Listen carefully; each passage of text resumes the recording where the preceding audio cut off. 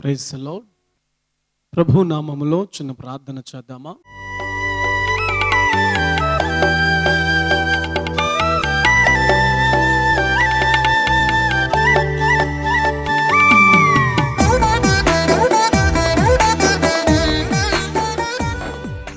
మహిమ కలిగిన మా ప్రభువా, సర్వోన్నతుడా, కెరూబుల మధ్య ఆసీనుడైన ప్రభువా, మీ నామానికి స్తోత్రాలు.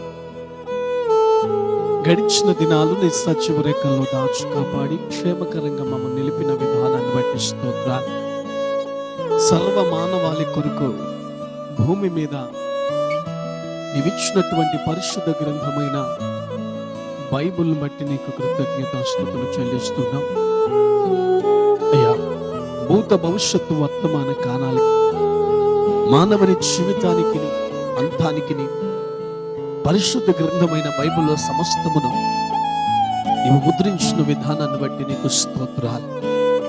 ఈ పరిశుద్ధ గ్రంథమైనటువంటి బైబిల్లో నుంచి ఈరోజు మీరు మాట్లాడమని ప్రార్థన చేస్తున్నాను. మత్తయి 10:20 ప్రకారం నా నోట మీ ఆత్మను అనిపింపనిచ్చి మీ వాక్కు ద్వారా మీరు మాట్లాడమని ప్రార్థన చేస్తున్నాను. ఈ పరిశుద్ధ గ్రంథమైన బైబిల్లో నుంచి మరి అనేకమైనటువంటి సత్యాలు ఈ కడవరి దినాల్లో ఆధ్యాత్మికంగా మేము ఎదుగునట్లుగా, మా బ్రతుకును సరిచేసుకున్నట్లుగా మీరు మాతో మాట్లాడి మహిమ పొందమని నీ చేతులకు అప్పగిస్తూ నజరేయుడైన యేసయ్య శక్తిగల నామమున ప్రార్థన చేస్తూ వేడుకొనుచున్నాను మా పరమ తండ్రి. ఆమేన్, ఆమేన్. ప్రభు పేరిట వందనాలు. ప్రియులారా, అంత బాగున్నారా? దేవుడి యొక్క మహాకృపను బట్టి ఈ రీతిగా మీ ముందుకు రావటానికి దేవుడు కృపనిచ్చాడు. మరి ఈ కార్యక్రమము తెలియని వారికి కూడా తెలియచేయండి. అనేకులకు మరి ఆత్మీయంగా బలపరచబడుతున్నామని మీరు తెలియచేస్తున్నటువంటి ఆ మాటను బట్టి ప్రభుని ఎంతగానో ప్రభునందు స్తుతిస్తూ ఉన్నాం, ఆయన యందు సంతోషిస్తున్నాం. ఈ కార్యక్రమం తెలియని వారికి కూడా తెలియచేయండి. ప్రత్యేకంగా దేవుడు మిమ్మల్ని ప్రేరేపిస్తే కార్యక్రమం గురించి మీ అనుదిన ప్రార్థనలో గుర్తు చేసుకునండి. మంచిది ప్రియులారా, ఈ దినము ఒక్క మాటను మీతో పంచుకోవాలని పరిశుద్ధాత్మ దేవుడు నన్ను ప్రేరేపించాడు. అపోస్తుడైనటువంటి పౌలు తన ఆత్మీయ కుమారుడైనటువంటి తిమోతికి మొదటి పత్రిక రాస్తూ ఆ మొదటి పత్రిక 4వ అధ్యాయము మొదటి వాక్యంలో ఇలాగ రాయబడి ఉన్నది. నేను చదువుతాను, మీరు చూడండి. అయితే కడవరి దినాలలో కొందరు అబద్ధికుల వేషధారణ వలన మోసపుచ్చు ఆత్మల యందును దెయ్యముల బోధ యందును లక్ష్యముంచి విశ్వాస భ్రష్టులగుదురని ఆత్మ తేటగా చెప్పుచున్నాడు. అయితే కడవరి దినాల్లో కొందరు అబద్ధికుల వేషధారణ మోసపుచ్చు ఆత్మల యందు. ఈ మాట మీరు గమనించాలి. మోసపుచ్చు ఆత్మల యందు. ఈ కడవరి దినాల్లో ఈ క్రీస్తు విరోధి యొక్క పరిపాలన, సాతాను యొక్క పరిపాలన జరుగుతున్నటువంటి కడవరి దినాల్లో ఏర్పరచబడిన వారిని సైతం ఉన్నతమైన అనుభవములో, భక్తి జీవితములో ఉన్న వారిని సైతము మోసపుచ్చుతూ ఉన్నాయి సాతాను యొక్క దూతలు. ఈ కడవరి దినాల్లో మోసపుచ్చు ఆత్మలు ఈ భూమి మీద పనిచేస్తున్నాయి. భక్తి చేస్తున్న వారిని, ఆధ్యాత్మికంగా ఆత్మీయతలో ఉన్నతమైన అనుభవం కలిగిన వారిని ఎలాగా వారిని పడగొట్టాలా, ఎలాగా వారి ఆత్మీయ జీవితం నుంచి క్రిందకు పడద్రోయాలా, తెలివిగా వాళ్ళని ఎలాగ పడద్రోయాలా అని చెప్పి మరి మోసపుచ్చు ఆత్మలు భూమి మీద పనిచేస్తున్నాయి. ఇవి సాతాను యొక్క దూతలు. ఇది తెలియక చాలా మంది ఇది మోసపుచ్చు ఆత్మల యొక్క పన్నాగమని, వీటి విషయంలో మనం అజ్ఞానంగా ఉంటే మన ఆత్మీయ జీవితాలు పాడు చేసుకుంటామని చాలా మందికి అవగాహన లేని వారిగా ప్రవర్తిస్తూ ఉన్నారు. గమనించండి ప్రియులారా, ఆదికాండ గ్రంథాన్ని మనం చూసినప్పుడు ఆదికాండము 3వ అధ్యాయాన్ని మనము పరిశీలన చేసినప్పుడు ఏదేను తోటలో ఆదాము అవ్వలను దేవుడు ఉంచి ప్రతి సాయంకాలమున వారిని దర్శిస్తూ వాళ్ళతో మాట్లాడుతూ ఉన్నాడు. వారికి చెప్పాడు, మీరు ఏదైనా తోటలో ఏ పండైనా మీరు తినొచ్చు నిరభ్యంతరంగా, కానీ తోట మధ్యలో ఉన్న చెట్టు ఫలము మాత్రం మీరు తినొద్దు అని ప్రభువారు ఆజ్ఞాపించాడు. వాళ్ళు ఆ రీతిగా దేవుని యొక్క మాటను బట్టి ఆయనకు భయపడి ఆయనకు విధేయత చూపుతూ ఆ ఏదైనా తోటలో ఉంటున్నారు. ఆ ఏదైనా తోటలో దేవుడిచ్చిన ఆ ఫలములన్నీ తింటూ బ్రతుకుతూ ఉన్నారు. అయితే సాతాను సర్పము రూపంలో వచ్చి ఒక చెట్టు మీద ఉండి అవ్వను మోసగించినట్లుగా, మోసపుచ్చు మాటలు కలిపి ఆమెను మోసగించినట్లుగా పరిశుద్ధ గ్రంథమైన బైబిల్లో మనం చూస్తున్నాం. తెలివిగా అవ్వను మోసగించింది. అవ్వా, దేవుడు ఏ చెట్టు పండైనా తినొద్దని అన్నాడా అని తెలివిగా అడిగితే అవ్వ, అవును, తోట మధ్యలో ఉన్న చెట్టు పండు మాత్రం తినొద్దని దేవుడు ఆజ్ఞాపించాడు అని చెప్పింది. వెంటనే సాతానుడు అంటున్నాడు, దేవుడు నీకు అలా ఎందుకు చెప్పాడో తెలుసా? ఆ పండు తింటే మీ కళ్ళు తెరవబడతాయని, మీరు దేవదూతల వల్ల మెరిసిపోతారని, ఇది దేవునికి తెలియను అనేటువంటి మాట తెలివిగా అవ్వను మోసగించినట్లుగా బైబిల్లో మనం చూస్తున్నాం. అవ్వ ఈ సాతాను యొక్క మాటలను గ్రహించక మేలు కొరకు చెప్తుందో లేక దేవునికి దూరం చేయటానికి చెప్తుందో గ్రహించక ఆ సర్పము పలికినటువంటి మాటలు నిజమని నమ్మి, ఆ మోసపుచ్చు మాటలు నిజమని నమ్మి ఆమె ఆ పండు కోసుకొని ఆ పండు తను తిని తనతో పాటు తన భర్తకును ఇచ్చినట్లుగా బైబిల్ గ్రంథం మనకు తెలియచేస్తూ ఉంది. ఆదిలో ఆదామును అవ్వను మోసగించినటువంటి ఆ సర్పము ఈ కడవరి దినాల్లో అనేక మందిని మోసపుస్తూ ఉంది. వాళ్ళను ఆ కోణములో మోసగిస్తే ఈ కడవరి దినాల్లో భక్తి జీవితంలో అనేకులను మోసగిస్తూ ఉంది. ఎంతమంది ఆత్మీయ జీవితాలు పాడు చేసుకుంటున్నారో నా ప్రియమైన వాళ్ళారా, ఈ కడవరి దినాల్లో మోసపుచ్చు ఆత్మలు భూమి మీద పనిచేస్తున్నాయి. చాలా జాగ్రత్తగా ఉండాలి. ఎటువైపు మీరు మళ్లించబడుతున్నారో, ఏ మార్గాన మీరు నడుస్తున్నారో, మీ భక్తి జీవితము ఏ విధముగా ఎదుగుతూ ఉన్నదో మీరు సరిచూసుకోవలసిన దినాలు ఈ కడవరి దినాలు. ఈ దినాల్లోనే మోసపుచ్చు ఆత్మ పనిచేస్తుంది, తెలివిగా మోసం చేస్తుంది. ఆ దినాన ఆ అవ్వను మోసగించిన ఆ తెలివైనటువంటి సాతానే ఈ కడవరి దినాల్లో కూడా ఆధ్యాత్మికంగా ఉన్నతమైనటువంటి అనుభవంలో ఉన్న ఆత్మీయులను కూడా తెలివిగా మోసం చేస్తూ ఉంది. అందుకే ఎపిసి పత్రిక పౌలు భక్తుడు అంటాడు 5:15 ఏమని?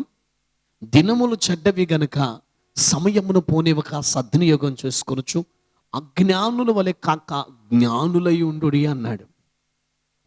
మోసపుచ్చు ఆత్మ భూప్రపంచంలో అనేకులను మోసం చేస్తుంది.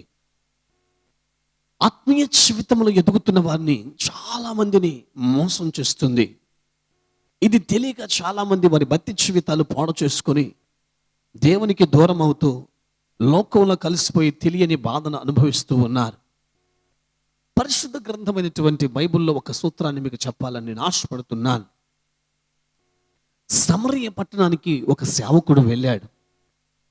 ఆ సేవకుడు ఆ సువార్తమానం ప్రకటిస్తుండగా ఆ సువార్త విన్న వారి విశ్వాసాన్ని బట్టి పిలుపు ద్వారా అనేకమైనటువంటి కార్యాలు సమరయ పట్టణములో జరిగాయి. ఆ సమరయ పట్టణములో గారడి విద్యలు చేయు సీమోను అని ఒక మనుష్యుడు ఉన్నాడు. ఆ పట్టణంలో తానెవడో గొప్పవాడినని చెప్పుకొనుచు ఆ సమరయ పట్టణపు ప్రజలందరినీ తన వశంపరుచుకొని వారిని లోపరుచుకొని అందరూ నా మాట విన్నట్లుగా అతను సిద్ధపరచుకున్నాడు. ఎప్పుడైతే పిలుపు ఆ పట్టణానికి వచ్చి సువార్త ప్రకటించాడో, యేసుక్రీస్తు నామమున బోధ చేయటం ప్రారంభించాడో, ఆ పట్టణం అంతయు కదిలిపోవటము, ఆ పట్టణంలో ఉన్న వారందరూ పిలుపు యొక్క మాటలను, పిలుపు ప్రకటిస్తున్న యేసు వైపు మలటము, పిలుపు ద్వారా జరుగుతున్నటువంటి దేవుని కార్యాలయ యందు విశ్వసించటం జరిగింది. అయితే బైబిల్ ఏం చెప్తుందంటే ఆ అపోస్తుల కార్యగ్రంథము 8వ అధ్యాయం 13వ వాక్యాన్ని నేను చదవాలని ఆశపడుతున్నాను. అప్పుడు అక్కడ సువార్త ప్రకటిస్తున్న దినాల్లో పిలుపు బాప్టిజం పొందాలని ఆ సమాజపు వారిని హెచ్చరిస్తే అనేకులు బాప్టిజం తీసుకోవడానికి వచ్చారు. అప్పుడు సీమోను కూడా నమ్మి బాప్టిజం పొంది పిలుపును ఎడబాయక ఉండి సూచక్రియలను గొప్ప అద్భుతములు జరుగుట చూసి విభ్రాంతి నొందెను. ఇక సీమోను కూడా అందరితో పాటు వెళ్ళి బాప్టిజం తీసుకున్నాడు. చూడండి ప్రియులారా, ఒకప్పుడు ఆ సమరయ పట్టణంలో తానెవడో గొప్పవాడిని అని చెప్పుకుంటూ గారెడి విద్యలు చేసి అనేకులను మాయపుచ్చాడు. పిలుపు ద్వారా జరుగుతున్నటువంటి ఆ కార్యాలను చూసి నమ్మి బాప్టిజం పొందినట్లుగా బైబిల్ చెప్తుంది. చూడండి, అతడు ప్రభునందు నమ్మి బాప్టిజం పొందినట్లుగా బైబిల్ చెప్తుంది. చూడండి, అతడు ఎంత తెలివిగా ఆనాటి కాలపు సమరయ ప్రజలను మోసగించడం మీకు తెలుసా? ఈ కడవరి దినాల్లో కూడా అనేకులు తెలివిగా మోసగిస్తున్నారు, తెలివి తక్కువ వారుగా మారిపోతున్నారు. మీకు వివరంగా చెప్పాలి అంటే ఆ సమరయ పట్టణంలో ఉన్న వారందరూ కూడా సీమోను మారిపోయాడు, గారెడి విద్యలు చేయు సీమోను మారిపోయాడు, చర్చికి వెళ్తున్నాడట, ప్రభువుని ఆరాధిస్తున్నాడట, ప్రభు బిడ్డగా ఉన్నాడట, బాప్తిజం పొందుకున్నాడంట అని చెప్పుకుంటూ ఆ సమరయ పట్టణపు ప్రజలందరూ కూడా సీమోను మారిపోయాడు అని చెప్పి సంతోషించారు. కానీ వాస్తవానికి సీమోను మారలేదండి. అనేకులను మోసం చేస్తున్నాడు. అతడు ఎంతమందిని మోసం చేశాడయ్యా అంటే మనం గమనిస్తే మొట్టమొదటిగా అతడు సంఘాన్ని మోసం చేశాడు. క్రీస్తు నామములో బాప్తిజం పొందినటువంటి సంఘం, క్రీస్తు రక్తం చేత కడగబడిన సంఘం ఏదైతే ఉందో ఆ సంఘములో చేర్చబడినటువంటి ఈ సీమోను కూడా ఆ పట్టణములో ఆ సంఘములో ఒక సభ్యుడిగా చేరాడు. ఆ సంఘములో ఉన్న వారందరినీ నమ్మిస్తున్నాడు.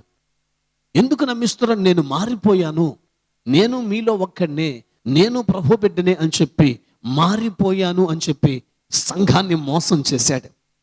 ఇక రెండవదిగా తన ఇంటి వారిని మోసం చేశాడు. నేను మారిపోయాను, నేను చర్చికి వెళ్తున్నాను, నేను ప్రభు బిడ్డనే అని చెప్పి తన ఇంటి వారిని మోసం చేశాడు. ఇక మూడవదిగా సేవకుణ్ణి మోసం చేశాడు. పిలుపును కూడా అతడు మోసగించాడు. నేను మారిపోయాను పిలుపు, నీవెంటే ఉంటున్నాను, నీతో ఉంటున్నాను, నేను పరిచర్య చేస్తాను, నేను ప్రభు బిడ్డగా ఉంటాను, అందరిలాగా ఉంటాను నేను అని చెప్పి సేవకుణ్ణి కూడా మోసం చేశాడు. ఈ రోజున సాతానుడు కూడా ఈ సీమోనులాగా అందరినీ తయారు చేస్తున్నాడు. తెలివిగా సంఘాన్ని మోసం చేయటం, తెలివిగా తనతో ఉన్నవారిని మోసం చేయటం, తెలివిగా సేవకుణ్ణి మోసగించటం అనేది కంటికి కనిపించకుండా జరిగిస్తూ ఉన్నాడు. ఈరోజు మోసపుచ్చు ఆత్మలు భూమి మీద పనిచేస్తున్నాయి. ఆ దినాన అవ్వను మోసగించినట్లుగా ఈ దినాన ప్రభు సన్నిధిలో ఎదుగుతున్న వారిని తెలివిగా మోసం చేస్తున్నాయి. ఎంత తెలివిగా మోసం చేస్తున్నాయి అంటే వాటి యొక్క మోస కృత్యాలు ఎలాగున్నాయి అంటే ఆ మోసపుచ్చు ఆత్మలు ఎవరిని ఏ విధంగా ప్రేరేపిస్తాయి అంటే ఖచ్చితంగా బైబిల్ గ్రంథం స్పష్టంగా చెప్తుంది. అమనంటే ఎవరైతే మోసపుచ్చు ఆత్మల చేతికి చిక్కుతారో, ఎవరైతే మోసపుచ్చు ఆత్మల చేత నడిపించబడతారో వాళ్ళలో కనిపించేది మొట్టమొదటిగా ఆ మోసపుచ్చు ఆత్మ వారికి ఏం చెప్పుద్దయ్యా అని అంటే ఇలాగ చెప్పుద్దంట, అబద్ధము ఆడవచ్చు అని. నువ్వు నీతిగా బ్రతుకుతున్నావు, యథార్థంగా బ్రతుకుతున్నావు, మంచిగా బ్రతుకుతున్నావు, ఒక్క అబద్ధం ఆడితే ఏం పోయింది? అబద్ధము ఆడవచ్చు అని చెప్పి మోసపుచ్చు ఆత్మలు ఎవరినైతే నడిపిస్తున్నాయో వారిని ప్రేరేపిస్తూ ఉంటాయి. ఏమని? అబద్ధము ఆడవచ్చు. ప్రభు ఏమంటాడు?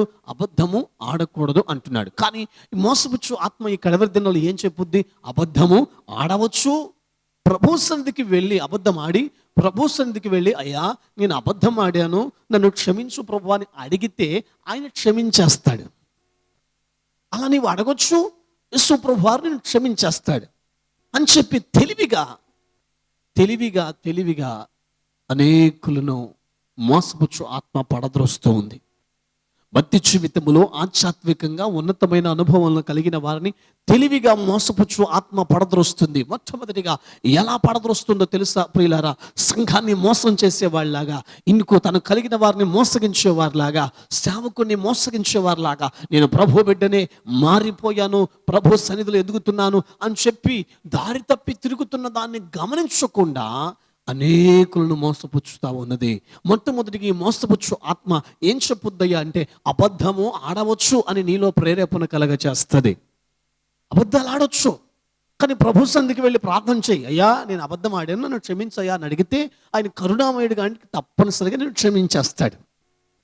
ఈ రీతిగా ఈ కడవరి దినాల్లో అనేకులు మోసపుచ్చబడుతున్నారు. జాగ్రత్త. రెండు, మోసపుచ్చు ఆత్మ ఏం చెప్పుద్దయ్యా అంటే, మోసం చేసినా పర్వాలేదు అంటది. నువ్వు మోసం చేసినా పర్వాలేదు.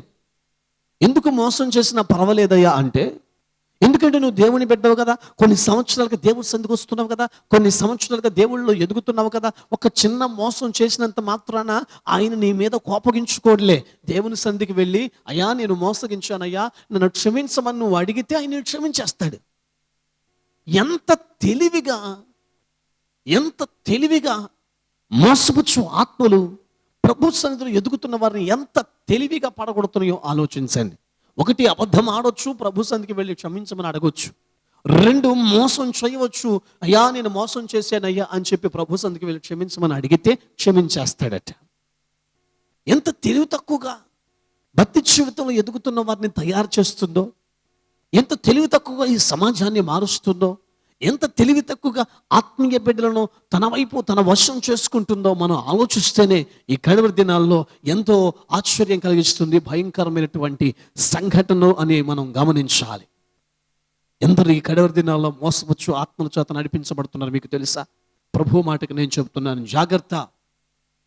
నువ్వు సంఘాన్ని మోసం చేయొచ్చు, నీ ఇంటి వారిని మోసం చేయొచ్చు, సేవకుడిని మోసం చేయొచ్చు, నేను మారిపోయాను ప్రభు బిడ్డని అని చెప్పి నువ్వు అనుకోవచ్చు.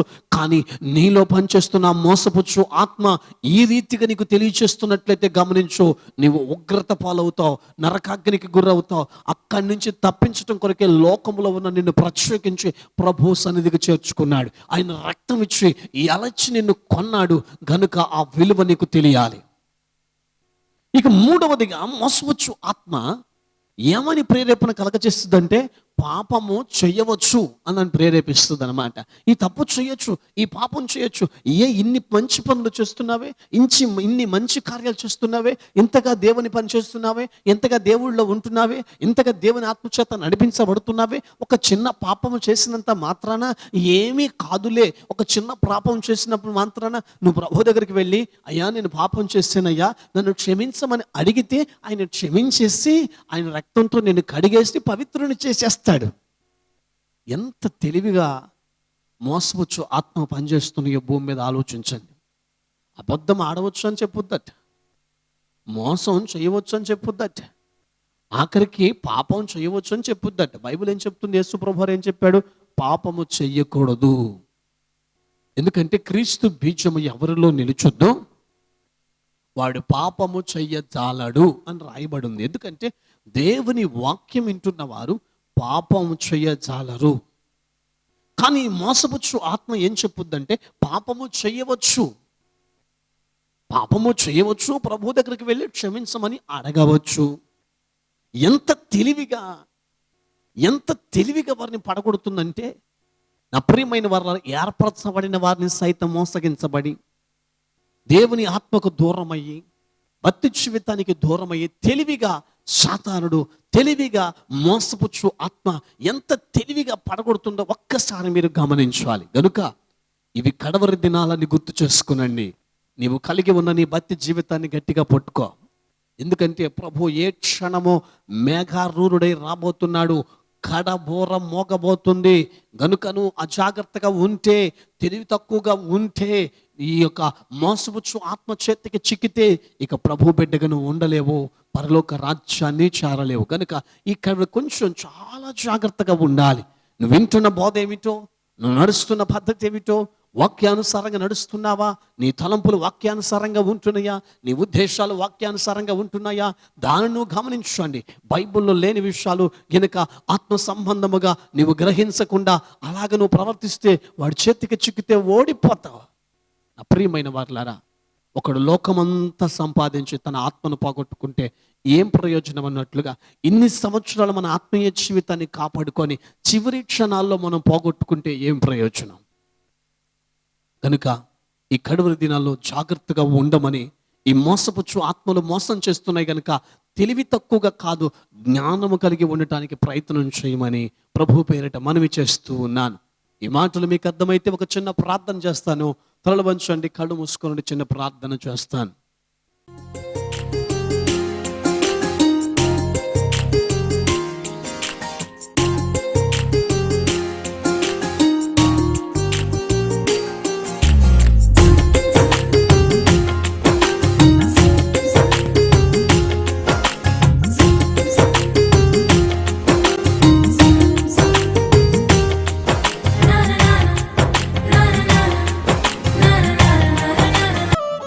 మహిమ కలిగిన మా ప్రభువా, సర్వోన్నతుడా, నీ వందనాలు. పరిశుద్ధ గ్రంథమైనటువంటి బైబుల్ గ్రంథాన్ని మాకు ఇచ్చినందుకు స్తోత్రాలు. అనేకమైనటువంటి సత్యాలను, అనేకమైనటువంటి మర్మాలను ఈ కడవరి దినాల్లో మాకు బయలుపరుస్తున్నందుకు వందనాలు. నీ రాకకు ముందుగా ఏం జరుగుతుందో, నీ రాకకు ముందుగా ఎందరూ మోసగించబడుతున్నారో, మోసపుచ్చు ఆత్మల ద్వారా ఎంతమంది భక్తి జీవితం తొలగి, ఆత్మీయ జీవితం తొలగి నీకు దూరం అవుతున్నారో ఈ రోజు నువ్వు మాట్లాడుచున్నందుకు స్తోత్రాలు. ఎవరైతే ఈ మాటలు అంగీకరిస్తున్నారో, ఎవరైతే ఈ మాటలు చూస్తున్నారో, ఈ టీవీ కార్యక్రమాన్ని వీక్షిస్తున్నారో అట్టి వారి హృదయాలు తెరవమని ప్రార్థన చేస్తున్నాను. ఒకవేళ మోసపుచ్చు ఆత్మలు ఈ మాటలు వింటున్న వారి హృదయాల్లోనికి, వారి దేహాల్లోనికి, వారి కుటుంబాల్లోనికి, వారి సంఘాల్లోనికి రాకుండా ఉండినట్లుగా నీ ప్రభావమును, నీ శక్తిని విడుదల చేయమని ప్రార్థన చేస్తున్నాను. పరిశుద్ధాత్మదేవ, మీ సహాయం కావాలి. పరిశుద్ధాత్మదేవ, వారిలోనికి మీ ప్రభావము విడుదలగునట్లుగా ప్రార్థన చేస్తూ ఉన్నాను. ఆర్థిక సమస్యలు, కోర్టు సమస్యలు, భార్య భర్తల మధ్య గొడవలు, రోగ పరిస్థితి, అయా అలమటిస్తున్న నీ బిడ్డలు ఉద్యోగం రాక అలమటిస్తున్న నీ బిడ్డను బట్టి ప్రార్థన చేస్తున్నానయ్యా. ఆటంకంగా ఉన్న వాటిని, విరోధంగా ఉన్న వాటిని యేసుక్రీస్తు నామములో లయపరచమని ప్రార్థన చేస్తున్నాను. వాటి బంధకాలను యేసు నామములో తొలగి తెగిపోవనగాక. దుష్ట బంధకాలు, దీర్ఘకాలం కొనసాగుతున్న బంధకాలన్నీ యేసుక్రీస్తు నామం ఇప్పుడే విడుదల అగునుగాక అని ప్రార్థన చేస్తున్నాను. నీ ప్రభావముని విడుదల చేయండి, మీ శక్తిని విడుదల చేయమని ప్రార్థన చేస్తున్నాను. ఈ బిడ్డను దర్శించి ఈ కడవరి దినాల భక్తి జీవితాన్ని జాగ్రత్త చేసుకుంటూ నేర్పించమని నజరేయుడైన యేసయ్య శక్తిగల నామమున ప్రార్థిస్తూ వేడుకొనుచున్నాను మా పరమ తండ్రి. ఆమేన్, ఆమేన్.